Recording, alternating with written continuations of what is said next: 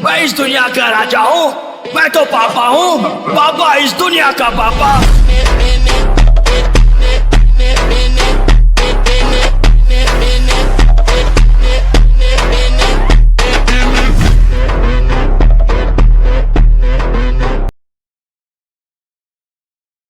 NCERT NCERT NCERT एक ऐसी किताब जिसको सारे टीचर बोलते हैं भैया कि सारा पेपर यहीं से आएगा, बट फिर सारे टीचर पढ़ाते भी नहीं है। ऐसा क्यों? यही तकलीफ, यही दर्द, यही तुम्हारा दुख जो दिल में भरा बैठा है, इसको दूर करने आया हूं, क्योंकि हम करने वाले हैं एनसीईआरटी स्वाहा। हर एक चीज देख रहे हो, हर एक पेज में हर एक लाइन क्या इंपॉर्टेंट है, एक्टिविटी क्या इंपॉर्टेंट है, वहां तक कि क्वेश्चन कहां से कौन सा आएगा, 2024 का क्वेश्चन, 25 का क्वेश्चन, सब लेके आया हूं। बस तुम आराम से बैठ जाओ, इस 30 मिनट के एनसीईआरटी स्वाहा एपिसोड 2 में हम खत्म करेंगे acid base and salt. Chapter 1 already episode 1 में खत्म कर दिया है, जाकर के देखना। और पहले से मैं तुम्हें बता दूं कि ऑलरेडी हमने एनिमेटेड लेक्चर, देखो एनिमेटेड लेक्चर भी बना के डाल दिया है तुम्हारे लिए। उसके बाद डिटेल्ड वन शॉट भी तुम्हारे लिए 2 घंटे का, जिसमें सब कवर है। अब करेंगे हम रैपिड तरीके से, फटाफट से एनसीईआरटी को स्वाहा। आ जाओ, शुरू करते हैं। सबसे पहले जो तुम्हें जानना है बेटा वो ये है कि एसिड क्या होता है, बेस क्या होता है। सिंपल सी डेफिनेशन ये है कि जो भी चीज बार में जाए, कहां जाए, बार में जाए। हम तो नहीं जाते, ना मैं जाता हूं ना तुम जाते हो, जो बार में जाता है वो कौन है? वो है एसिड। बार, बी ए। मतलब एसिड क्या करता है, ब्लू कलर को रेड में कन्वर्ट करता है, किसके? लिटमस पेपर के। लिटमस का ब्लू रेड कर देगा, फिर लिटमस का रेड, लिटमस को ब्लू लिटमस में कौन कर देगा? एसिड का उल्टा, एसिड का जुड़वा भाई, बेस। सिंपल सी डेफिनेशन। ठीक है भैया, सिंपल, वेरी सिंपल। अब फिर नीचे आओ, यहाँ पर कुछ कुछ छुपा हुआ है, कुछ कुछ लिखा हुआ है। क्या भैया? पेन के बारे में, दाग के बारे में। जब हम कुछ खाते हैं, मेरा फेवरेट छोला भटूरा, मैं जब जब खाता हूँ थोड़ा बहुत तो छोला गिरेगा ही, कुछ ना कुछ गिरता है। और अगर मैंने व्हाइट शर्ट या कोई भी शर्ट पहन रखी है तो पीले कलर का दाग लग जाता है। मैंने दुकानदार को पूछा क्यों, बोलता है क्योंकि इसमें हल्दी है, टर्मरिक। मतलब जब जब टर्मरिक रहता है, देखो टर्मरिक, इसकी वजह से येलो कलर का दाग लगता है। ये जो येलो कलर का दाग है, जब इस पे साबुन डाल के मैंने धोने की कोशिश करी, ठीक है, तो हुआ क्या? वो रेडिश ब्राउन हो गया, वो रेडिश ब्राउन हो गया। और जब उसी रेडिश ब्राउन पे मैंने पानी डाला, पानी डाल के दाग को हटाने की कोशिश करी, तो दाग हटा नहीं, साबुन हट गया और फिर येलो हो गया। मतलब लॉजिक ये आया, ये जो रेडिश ब्राउन कलर था, ये हल्दी का नहीं था, क्योंकि हल्दी तो पीला है। रेडिश ब्राउन आया सोप की वजह से, जो कि एक बेस है। मतलब बेस के आने पे हल्दी ने अपना कलर चेंज कर लिया। तो यार उस दोस्त की तरह जो अपना रंग बदल देता है सुंदर लड़की आने की वजह से, तो बस ये बेस आने की वजह से हल्दी रेडिश ब्राउन हो गया। ऐसी चीजें जो एसिड या बेस आने की वजह से कलर चेंज करके, स्मेल चेंज करके हमें बताएं कि बेस आ गया है, एसिड आ गया है, इसको इंडिकेटर्स बोलते हैं। सबको पता है बच्चों वाली बात। अब 3 टाइप के इंडिकेटर्स हैं, ध्यान से देख लो, ध्यान से देख लो। क्या क्या? क्या क्या है? नेचुरल है, सिंथेटिक है और ऑल्फैक्टरी है। नेचुरल में litmus turmeric cabbage, litmus turmeric cabbage, याद करो, एलटीसी, लिटमस टर्मरिक कैबेज। और सिंथेटिक में फिनॉल थाइन और मिथाइल ऑरेंज। और ऑल्फैक्टरी में कौन कौन से? ये 3, जिसको भी हम नीचे देखेंगे। आओ नीचे आओ, नीचे आओ, नीचे आओ, नीचे आओ। सबसे पहले हमने नेचुरल देख लिया ऊपर, जो कि था लिटमस टर्मरिक। अब देख लो सिंथेटिक। सिंथेटिक यानी लैब वाले। जैसे रेड लिटमस अगर हम उठाएं, और एसिड है, देखो ये है एसिड, हमने एसिड लिया। एसिड क्या करेगा? रेड लिटमस में कुछ भी नहीं करेगा, ब्लू को रेड में कर देगा। फिनोल्फेरिन में कुछ भी नहीं करेगा, मिथाइल ऑरेंज को रेड में कर देगा। उसी तरीके से बेस क्या करेगा? बेस रेड लिटमस को ब्लू में कर देगा, ये ब्लू वाले को बिल्कुल भी नहीं छेड़ेगा, हमें पता है, ठीक है। फिर फिनोल्फेरिन को पिंक में कन्वर्ट कर देगा। और मिथाइल ऑरेंज, जो कि ओरिजिनली ऑरेंज होता भी नहीं है, वो होता है येलो कलर का, उसमें ये कुछ भी नहीं कर पाएगा, ठीक है। और न्यूट्रल में, ये नीचे सबके न्यूट्रल कलर लिखे हैं, रेड ब्लू। फिनोल्फेरिन नेचुरली यानी न्यूट्रल, जब एसिड बेस ना हो तो कैसा कैसा कैसा कैसा कैसा कलरलेस होता है। वही मिथाइल ऑरेंज येलो होता है। अब भैया इसका क्या है ऑल्फैक्टरी का? ऑल्फैक्टरी में कुछ भी नहीं है बेटा। एसिड में ये सब के सब सेम रहेंगे, ये तीनों, ओनियन, क्लोव ऑयल यानी लौंग का तेल, और वेनिला एक्सट्रैक्ट, ये सब एसिड में कुछ नहीं करेंगे। बट जैसे ही इनको बेस मिलेगा ना, ये अपनी स्मेल लूज कर देंगे, एकदम खत्म, इनकी स्मेल चली जाएगी। मतलब समझ जाना क्या है, वहां पर बेस आ गया है। तो जो अपनी स्मेल की मदद से बताए वो होता है ऑल्फैक्टरी इंडिकेटर्स, ठीक है। चलो वाओ, एनसीईआरटी की एक एक चीज को खत्म करते हैं। सबसे पहले एक्टिविटी है 2.3, ठीक है। इसमें बोला क्या गया है, ध्यान से देखेंगे, ध्यान से देखेंगे इस डायग्राम को, उतने ही ध्यान से जितने ध्यान से तुम उसको देखते हो जब वो कभी डस्टर लेने, कभी चौक लेने, तो कभी नोटबुक लेने आती है तुम्हारे सेक्शन में। देखो ध्यान से, क्या देखना है?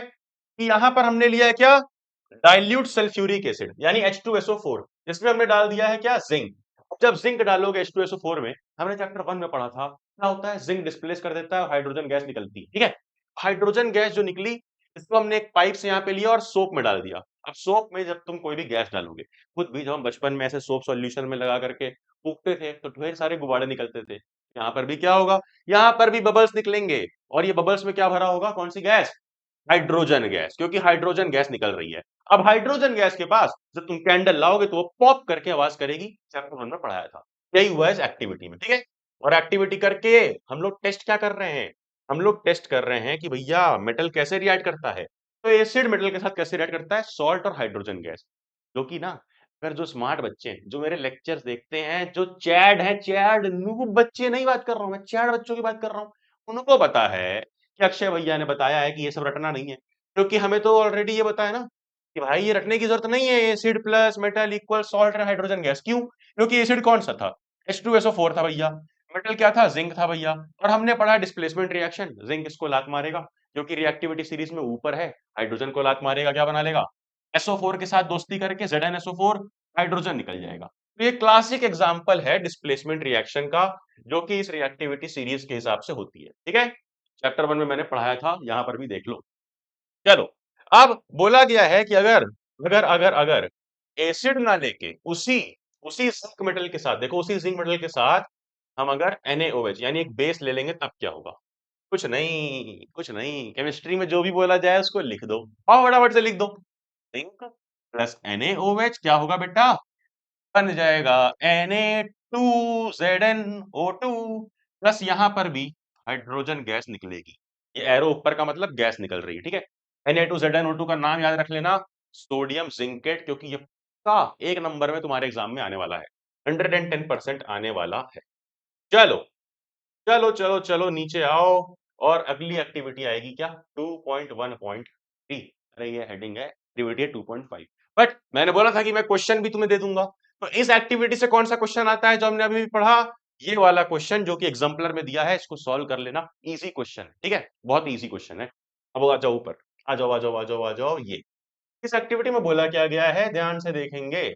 बोला गया है कि मेटल कार्बोनेट लो, चाहे मेटल हाइड्रोजन कार्बोनेट लो, रिजल्ट सेम आता है। आओ चेक कर लेते हैं, आओ चेक कर लेते हैं। देखो देखो, हमने लिया क्या, हमने लिया एक टेस्ट ट्यूब में Na2CO3 जो कि है मेटल कार्बोनेट, और एक टेस्ट ट्यूब में क्या लिया है, देखो टेस्ट ट्यूब बी में NaHCO3, मतलब जब H लग जाए बीच में तो ये होता है metal hydrogen carbonate, metal hydrogen carbonate. Simple, बहुत simple. Metal carbonate, hydrogen carbonate डाला हमने HCl, दोनों में HCl रिजल्ट बिल्कुल सेम, दोनों ही टेस्ट ट्यूब में सेम सॉल्ट NaCl और वाटर और कार्बन डाइऑक्साइड बना। तो हमें याद क्या रखना है, हमें बस सिंपल सा ये याद रखना है, हमें बस सिंपल सा ये याद रखना है जो यहाँ लिखा है कि जब मेटल कार्बोनेट हो, हाइड्रोजन कार्बोनेट हो, एसिड डालेंगे तो सॉल्ट, CO2, H2O, यही 3 चीज बनेगी। बहुत बढ़िया भैया। अब एक चीज और इंपॉर्टेंट समझ लो, ये जब जब मैंने बोला है कि कोई इंपॉर्टेंट चीज है तो वो एग्जाम में आई है। चैप्टर 1 में क्या बोला था, क्विक लाइम, स्लेड लाइम, ये सब याद रखना। क्विक लाइम क्या था, CaO, स्लेड लाइम क्या था, CaOH ट्वाइस।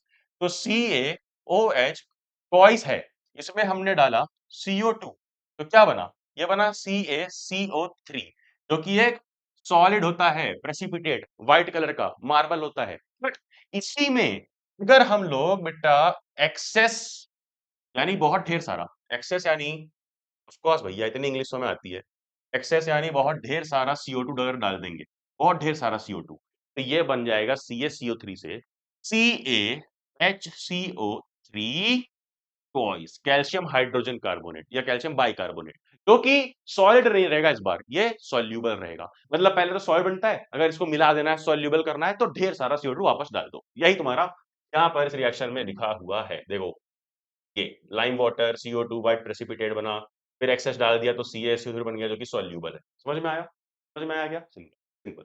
अब एसिड बेस आपस में कैसे रिएक्ट करते हैं, अरे यार भैया वही बचपन वाली बात, सबको पता है, एसिड बेस मिलता है, न्यूट्रलाइजेशन होता है, सॉल्ट और वाटर बन जाता है, ठीक है ना। अब बट इसके रिलेटेड एक एक्टिविटी देख लो ना, तो तुमको पता है कि एक्टिविटी भी देख लो। क्या है एक्टिविटी, कि हमने पहले क्या किया, हमने पहले लिया NaOH, जो कि एक बेस है, ठीक है। ये पीला कलर का क्या है, NaOH। अगला स्टेप, इसमें फिनोल्फथालीन डाला। क्या डाला, पीएचपी मतलब फिनोल्फथालीन। फिनोल्फथालीन में क्या होता है, बेस, पिंक कलर करता है, अभी हमने ऊपर देखा था, तो ये पिंक हो गया। हमने इसमें एसिड डाल दिया। अब एसिड और बेस मिल जाएंगे तो क्या होगा, एक दूसरे को न्यूट्रलाइज कर देंगे, तो पिंक कलर हटके पीला हो गया। बट फिर से जब हमने इसमें बेस डाल दिया, देखो यहाँ पर न्यूट्रलाइज हो गया, पीला हो गया है। फिर से जब अगले स्टेप में हमने इसमें बेस डाल दिया, तो वापस पिंक कलर आ जाएगा, क्योंकि पहले तो चलो एसिड बेस बराबर हो गए थे, यहाँ पे देखो पीले हो गए थे, वापस न्यूट्रल हो गए थे बराबर, 5 ml 5 ml। फिर से एसिड बढ़ा दिया, फिर से ये बेस बढ़ा दिया, तो वापस से पिंक कलर, जाहिर सी बात है आएगा, क्योंकि इसके अंदर फिनोल्फथालीन तो रखा हुआ है, यहीं पे डाल दिया था स्टेप नंबर 2 पे, ठीक है। फिनोल्फथालीन रखा हुआ है, बेस आया, पिंक कलर वापस से आ गया, ठीक है। चलो चलो, हमें ये पता है भैया कि बेस और एसिड सॉल्ट वाटर बनते हैं। क्या बनते हैं, बेस और एसिड सॉल्ट वाटर बनते हैं। बट इस चैप्टर में कुछ और छुपा हुआ है, ध्यान से देखना, ध्यान से, बिल्कुल ध्यान से देखो। बेस एसिड सॉल्ट वाटर, क्या बेस एसिड सॉल्ट वाटर, ठीक है।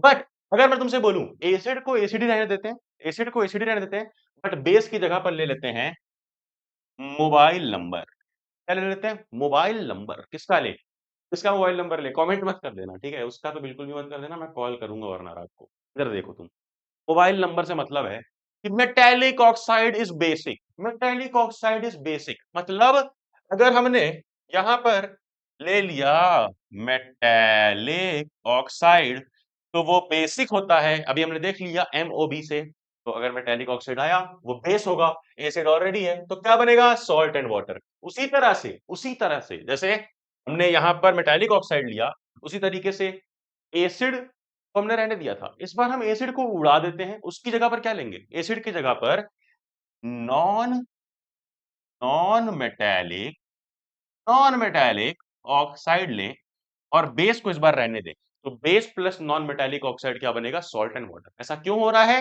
क्योंकि जैसे ये बेस की तरह बिहेव करता है, उसी तरीके से ये एसिड की तरह बिहेव करता है। एग्जाम्पल ये है इसका, ये है इसका, ठीक है। एग्जाम्पल याद रखना, ये हमारे एनसीईआरटी में भी लिखा है, बगल में, ध्यान से देख लो, ध्यान से देख लो, यही तुम्हारा एनसीईआरटी में भी लिखा है। चलो आ जाओ नीचे, आ जाओ नीचे। अब ये एक छोटा सा सवाल करना है तुम्हें, जो कि 2024 में आया है। क्या है सवाल, identify product x obtained in the following reaction. CaCO3 को हिट किया, ट्रायंगल का मतलब हिट किया, तो ये क्या बना, ए भैया CaO प्लस CO2, यही तो बनता है। इसी CaO क्या बोलते हैं, इसीलिए बोला था कॉमन नाम याद रखना, स्लेट लाइम नहीं, स्लेट लाइम CaOH ट्वाइस था। अरे बेटा ये क्या है, क्विक लाइम, क्विक लाइम, ठीक है, कॉमन नाम याद रखना। और एनसीईआरटी सॉल्यूशन सारे पढ़ ले, एंड्रॉइड ऐप पे पड़े हुए हैं, वहां पे जाके ये सारे देख सकते हो। चलो नीचे आएंगे और ये एक एक्टिविटी देखेंगे। इसमें होता क्या है कि जब हम इस तरह के सेटअप में जब हम यहाँ पर HCl लेते हैं, HCl, तो बल्ब जलता है। बट जब हम यहाँ पर ग्लूकोज या फिर पापा की बोतल से चुपके से अल्कोहल लेंगे, बल्ब नहीं जलेगा, बल्ब नहीं जलेगा। क्यों, हमें तो पढ़ाया गया था भैया अपने स्कूल में, आप क्या बोल रहे हो, स्कूल में हमें पढ़ाया गया था, क्या लॉजिक पढ़ाया गया था कि एसिड और बेस कंडक्ट इलेक्ट्रिसिटी। बट इस लॉजिक को क्रॉस कर दो, इसलिए लॉजिक ये है बेटा कि एसिड और बेस इलेक्ट्रिसिटी कंडक्ट नहीं करते, उनके आयंस, के आयंस इलेक्ट्रिसिटी कंडक्ट करते हैं। क्या, इनके आयंस इलेक्ट्रिसिटी कंडक्ट करते हैं। मतलब एग्जांपल के तौर पे अगर हमने ये ले लिया, ठीक है, अगर हमने HCl ले लिया, तो HCl में दो आयंस हैं, एक H प्लस है, एक Cl माइनस है। तो जब HCl अपने H प्लस और Cl माइनस आयंस में टूटता है, ब्रेक करता है, तभी जाकर इलेक्ट्रिसिटी कंडक्ट होती है। अब अल्कोहल और ग्लूकोज में इलेक्ट्रिसिटी क्यों नहीं हो रही है, इसमें भी H प्लस है, देखो ये OH है, H प्लस है, सब है, बट इसलिए नहीं होती है क्योंकि ये टूटते नहीं है। मतलब आयंस का टूटना जरूरी है, जो कि टूटेगा आयनिक कंपाउंड में। ये आयनिक कंपाउंड होता है HCl वगैरह, जो भी एसिड है इसलिए हो जाता है, लेकिन अल्कोहल है, ग्लूकोज है, ये सब कोवैलेंट कंपाउंड है। यहाँ आयंस नहीं टूटते, मतलब आयनाइजेशन नहीं होती, इसके वजह से यहाँ पे बल्ब नहीं जलता, यानी इलेक्ट्रिसिटी कंडक्ट नहीं होती, ठीक है। इस तरह का इस पे इसी एक्टिविटी में बेस्ड क्वेश्चन आ सकता है, मैंने यहाँ पे डाल दिया है, प्रॉमिस किया था ना, जहां से जो आ सकता है सब इस शीट पे, इस बोर्ड पे तुम्हें दिखेगा, अपने सामने देख लो। अब आ जाओ आगे, अब आ जाओ आगे, ये स्लाइड भी तुमको पढ़लेक्चर ऐप पर जाओगे मिल जाएगी, ठीक है, बैचेस के अंदर स्वाहा बैच में मिल जाएगी।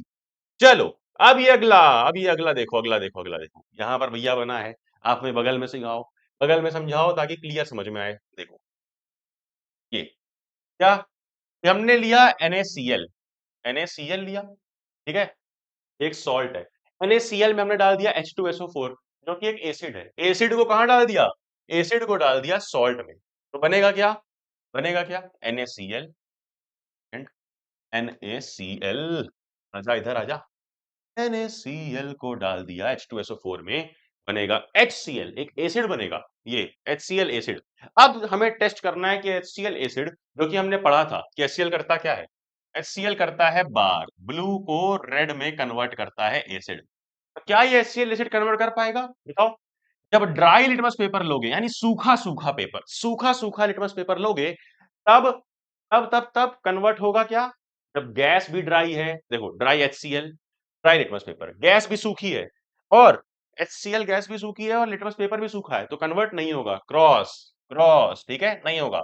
बट जब ड्राई लिटमस पेपर है लेकिन गैस जो है वो एक्वस फॉर्म में है, यानी लिक्विड फॉर्म में है, पानी में मिली हुई है HCl गैस, तो हो जाएगा। उसी तरीके से अगर वेट लिटमस पेपर है तो भी हो जाएगा। यानी दोनों में से एक चीज तो वेट होना जरूरी है ना? भाई वेट तो होना पड़ेगा, वेट होना जरूरी है यार, वेट नहीं होगा तो काम कैसे होगा आगे? वेट होना जरूरी है। और दोनों में से एक चीज जब वेट होगी, चाहे वो HCl हो चाहे वो लिटमस पेपर हो, तभी कलर चेंज होगा। मतलब जब जब एक्वस फॉर्म में होगा तभी कलर चेंज होगा, ये हमने यहाँ पे सीखा। और याद कर लो, आज ब्लू है पानी पानी, क्या? आज ब्लू है पानी पानी, मतलब ब्लू कलर कब आएगा? ब्लू कलर जो है लिटमस का, वो रेड में कब कन्वर्ट होगा? जब पानी पानी होगा। या तो पानी यानी वेट हमारा लिटमस पेपर हो, या तो पानी यानी वेट हमारा गैस हो, HCl गैस। ठीक है ना? ठीक है ना? चलो इधर आ जाओ। यही थी हमारी ये एक्टिविटी, यही थी हमारी एक्टिविटी, यही था हमारा इस एक्टिविटी में सवाल। और अब ये पूछा गया है कि गार्ड ट्यूब में, यहाँ जो गार्ड ट्यूब है, इसमें कैल्शियम क्लोराइड क्यों रहता है? क्योंकि ये एक ड्राइंग एजेंट की तरीके काम करता है। जब भी एटमॉस्फेयर आसपास का काफी ह्यूमिड हो, मॉइस्चर हो काफी, तो यहाँ पर CaCl2 ले करके रखते हैं, ताकि जो हमारी HCl गैस है वो ड्राई रहे, आसपास का मॉइस्चर उसमें ना लगे। ठीक है, चलो चलो चलो चलो चलो चलो चलो। एक चीज हमें ऑलरेडी पता ही है कि जब भी हम HCl मान लो लेते हैं, ठीक है, ये ऐसे पानी में टूटता है, H प्लस और Cl माइनस में टूटता है, बट H प्लस तुरंत ही कंबाइन करता है दूसरे आसपास के पानी के साथ और बना लेता है H3O प्लस। इसको बोलते हैं हाइड्रोजन आयन, इसको बोलते हैं हाइड्रोनियम आयन। ठीक है, और ये बेसिस भी इसी तरीके से टूटते हैं। बेसिस में OH माइनस निकलता है, एसिड में H प्लस निकलता है। सिंपल है भैया, ये तो हमने पढ़ा ही है। ये बताओ भैया, ये एल्कली क्या है? कौन सी कली? अनारकली पढ़ा था, है ना? चंद्रकली पढ़ा था, बहुत सारी कलियां पढ़ी थी, बट ये अनारकली के छोड़ के एल्कली क्या है? देखो, ये है बेसिस की दुनिया, मतलब वो पूरी दुनिया बेसिस की है, पूरी दुनिया पूरी। अब इसमें छोटा सा पार्ट है एल्कली का, मतलब वो वाले बेसिस जो पानी में डिसॉल्व हो जाएं वो एल्कली रहते हैं। ठीक है, समझ में आई बात? अब एक स्टेटमेंट आ सकता है एग्जाम में, बताओ सही है कि नहीं?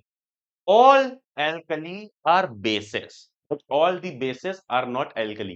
ट्रू या फॉल्स कमेंट कर दो, इतना तो दिमाग चला लो। आ जाओ, आ जाओ आगे। अब ये देखो, ये हमारे भाई साहब, इनका ऐसे मुंह बना है, क्यों बना हुआ है? इनका मुंह इसलिए बना हुआ है, इनको पता ही नहीं है कि भाई अगर पानी मिलाना हो, अगर मैं तुमको बोलूं कि ये लो पानी की बोतल जो कि खाली है, मैंने पी ली है, अगर पानी मिलाना हो किसमें, एसिड में या बेस में, कैसे मिलाओगे? इन्होंने क्या किया महाराज जी ने, इन्होंने डायरेक्टली पानी लिया, वाटर टू एसिड डाल दिया। क्या किया है? H2O डाल दिया सीधे एसिड में। तो जो नहीं करना था, इन्होंने ऐसा किया, धमाका हुआ और इनका चेहरा बोल गया।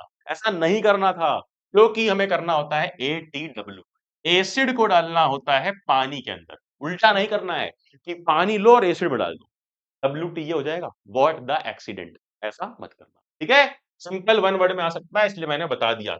अब चलो, जब पानी डालो, अब आओ इधर, ये क्या सीन है? एसिड है और एसिड वाटर है, मतलब भैया पहले 10 बूंद पानी था, ब्लू ब्लू वाला पानी है, ठीक है, 10 बूंद पानी था, इसमें सिर्फ 2 बूंद एसिड था, 2 ही बूंद एसिड रहने दो, पानी और डाल दो, होगा क्या? इसको प्रोसेस को बोलते हैं डाइल्यूशन।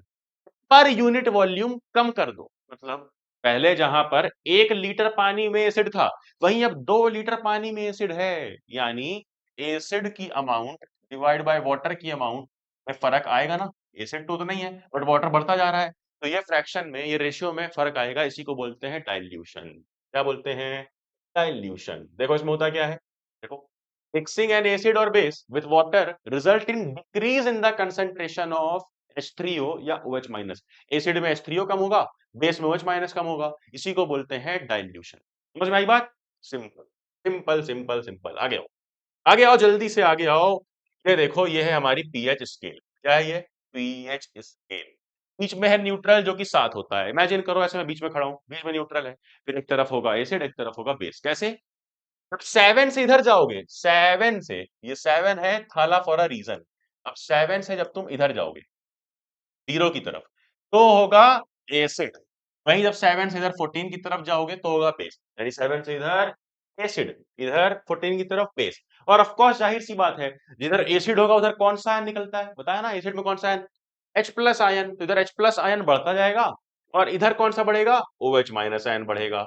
मतलब H प्लस आयन जितना ज्यादा, H प्लस आयन जितना ज्यादा, पीएच की वैल्यू कम होती जा रही है। देखो 7 से 5 4 3 2 1, मतलब जो 0 या 1 पीएच होगा वहां बहुत ज्यादा H प्लस आयन होगा। और बहुत ज्यादा H प्लस आयन मतलब बहुत ज्यादा एसिडिक, उतनी ज्यादा स्ट्रेंथ का एसिड होगा, उतना ताकतवर एसिड वो कहलाएगा। ठीक है, मतलब पीएच की वैल्यू जितनी ज्यादा, एसिड उतना कम, और उतना ही कम H प्लस, मतलब दोनों इनवर्सली प्रोपोर्शनल कहलाते हैं। ये रिलेशन याद रखना।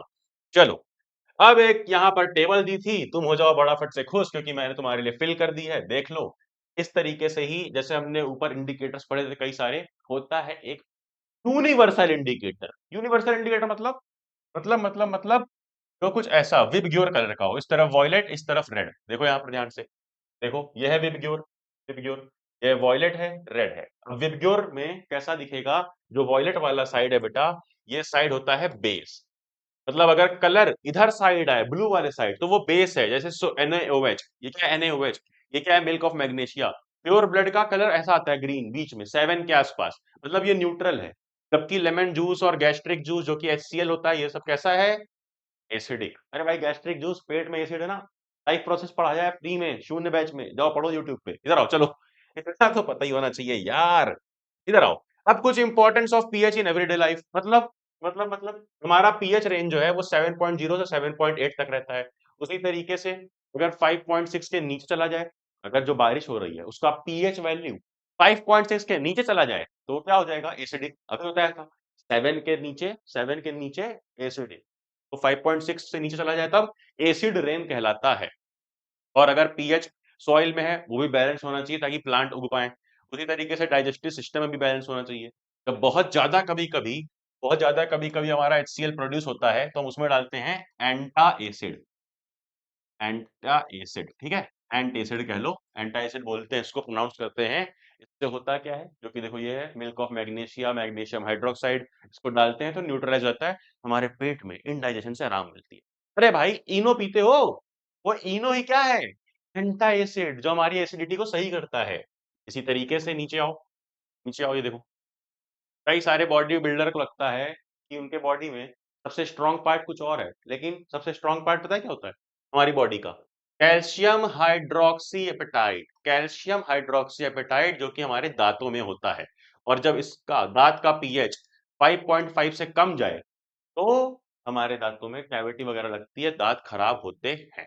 फिर एनिमल्स भी सेल्फ डिफेंस करते हैं, प्लांट भी देखो, नेटल प्लांट होता है, वो लग जाता है कभी कभी, फिर उससे बचने के लिए हम दूसरा प्लांट लगाते हैं, डॉग प्लांट, ताकि उसको बैलेंस कर सके एसिड बेस।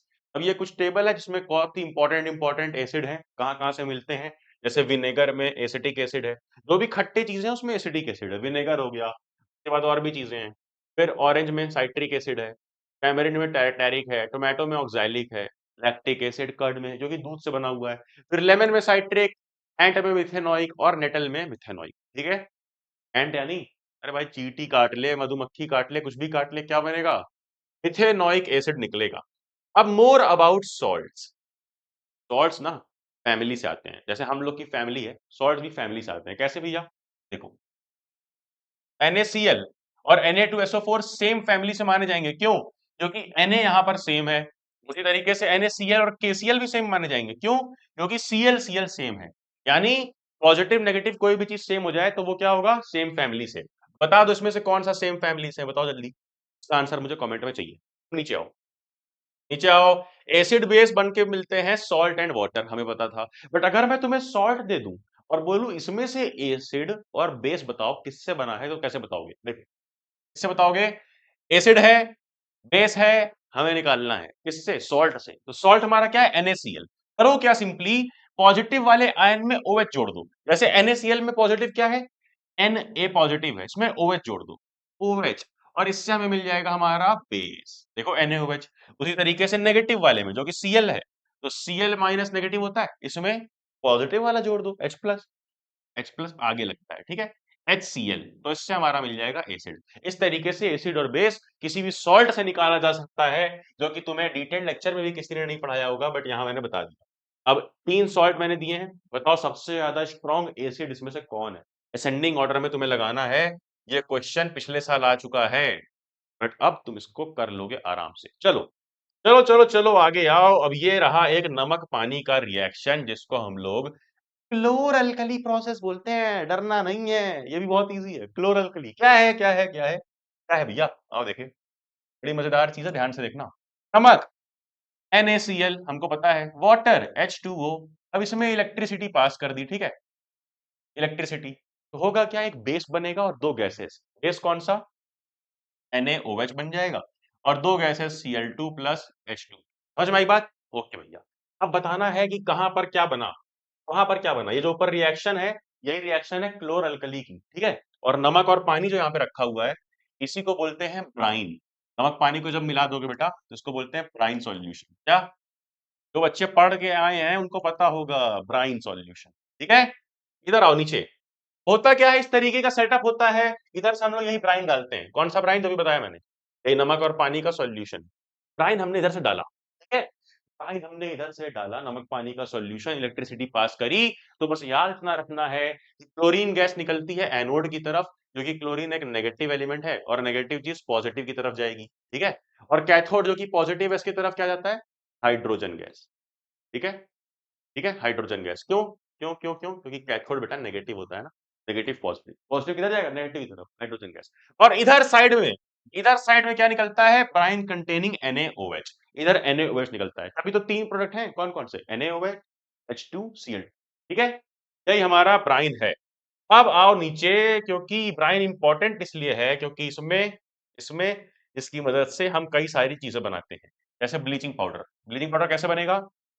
कैसे बनेगा? तो स्लेक्ड लाइन था CaOH ट्वाइस, इसी में क्लोरीन ऐड कर दिया, CaOCl2, और साथ में CaCl2H2O बन गया, ठीक है। ब्लीचिंग पाउडर हमारा मिल गया।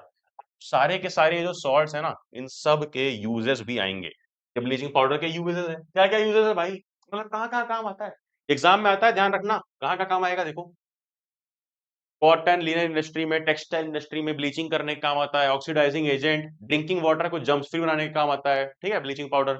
फिर बेकिंग सोडा क्या है? बेकिंग सोडा फास्टर कुकिंग का काम आता है। केक जो होता है उसको फ्लफी बनाता है हमारा बेकिंग सोडा, ठीक है। ये हमारी रिएक्शन है। क्या? नमक पानी लो, इसमें CO2 डाल दो, कार्बन डाइऑक्साइड, और अमोनिया डाल दो, NH3, बन जाएगा NH4Cl, जिसको हमें नहीं चाहिए। NH4Cl से मतलब नहीं है, ये जो साथ में बना ना, ये NaHCO3, ये हमारा बेकिंग सोडा होता है, ये हमारा बेकिंग सोडा होता है, ठीक है। चलो चलो चलो, बेकिंग सोडा देखा, अब नीचे आओ। नीचे इसी बेकिंग सोडा में जब हम टैरटैरिक एसिड वगैरह से डाल देते हैं हाइड्रोजन आयन, तो बन जाता है बेकिंग पाउडर, ठीक है।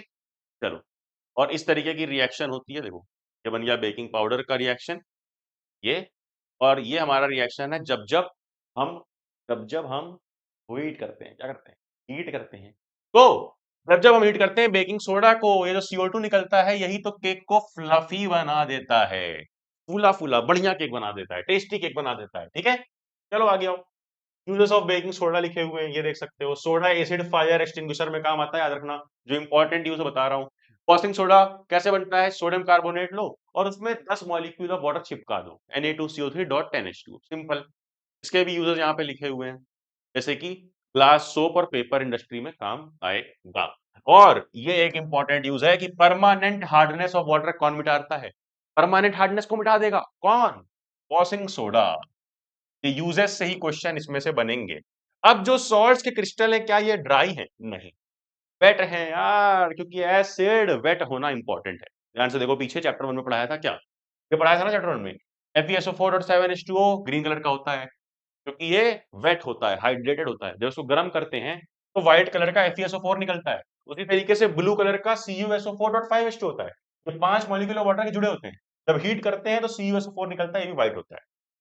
इसी तरीके से ये देखो, ये जो Na2CO3.10H2O था, ये ये इसमें भी जो 10 मॉलिक्यूल जुड़े हुए हैं पानी के यहाँ पे, और CaSO4.2H2 में 2 मॉलिक्यूल जुड़े हैं, ये सब क्या कहलाते हैं? Water of crystallization. पहले ही चैप्टर में पढ़ा दिया था ताकि यहाँ कंफ्यूजन ना हो। अब एक रिएक्शन लास्ट सबसे इंपॉर्टेंट ये है, क्या? देखो, इसको CaSO4.2H2O को बोलते हैं हम लोग जिप्सम। इसको जब हम हीट करते हैं कितने पे? 373 केल्विन पे। केल्विन टेम्परेचर नापने के काम आता है। 373 केल्विन पे हीट करोगे तो बन जाएगा CaSO4.12H2O। इसको बोलते हैं प्लास्टर ऑफ पेरिस, जिसमें आधा मॉलिक्यूल ऑफ वाटर लगा होता है और साथ में 3/2H2O निकल जाता है। ये रिवर्सिबल रिएक्शन होती है, इधर से भी होगी, इधर से भी होगी। ठीक है, देखो ये यहाँ पे लिखी हुई है, ये देखो इधर से भी होगी। मतलब प्लास्टर ऑफ पेरिस में जब 3/2 वाटर मॉलिक्यूल जोड़ोगे ना, तो फिर से जिप्सम बन जाएगा। और ऐसे बहुत सारे क्वेश्चन, जैसे what is the common name of CaClO2, इस तरह के सवाल आएंगे। इसके लिए मैंने तुम्हें यहाँ पे टेबल दे दी है। इस टेबल में देखो बहुत सारे कॉमन नेम लिखे हैं, इसको यहाँ पे स्क्रीनशॉट ले सकते हो और मालूम कर सकते हो कि इसकी सारी स्लाइड्स सब कुछ तुम्हें पढ़लेक्स ऐप पे जाओगे तो बैचेस के अंदर जाना, बैचेस के अंदर शून्य बैच के अंदर जाना, और शून्य बैच के अंदर बेटा जब जाओगे तो ऐसे तुम्हें एनसीईआरटी स्वाहा का फोल्डर मिलेगा, जहां तुम्हें ये स्लाइड्स, पीपीटी, नोट्स सब कुछ मिल जाएगा। आई होप मजा आया होगा। हमने खत्म कर दिया एसिड बेस। अगले वीडियो में मिलेंगे एनसीईआरटी स्वाहा के, तब तक के लिए करना क्या है, नोटिफिकेशन दबा दे, आने वाले वीडियोस मिस ना हो, एंड करना, जा पढ़ ले।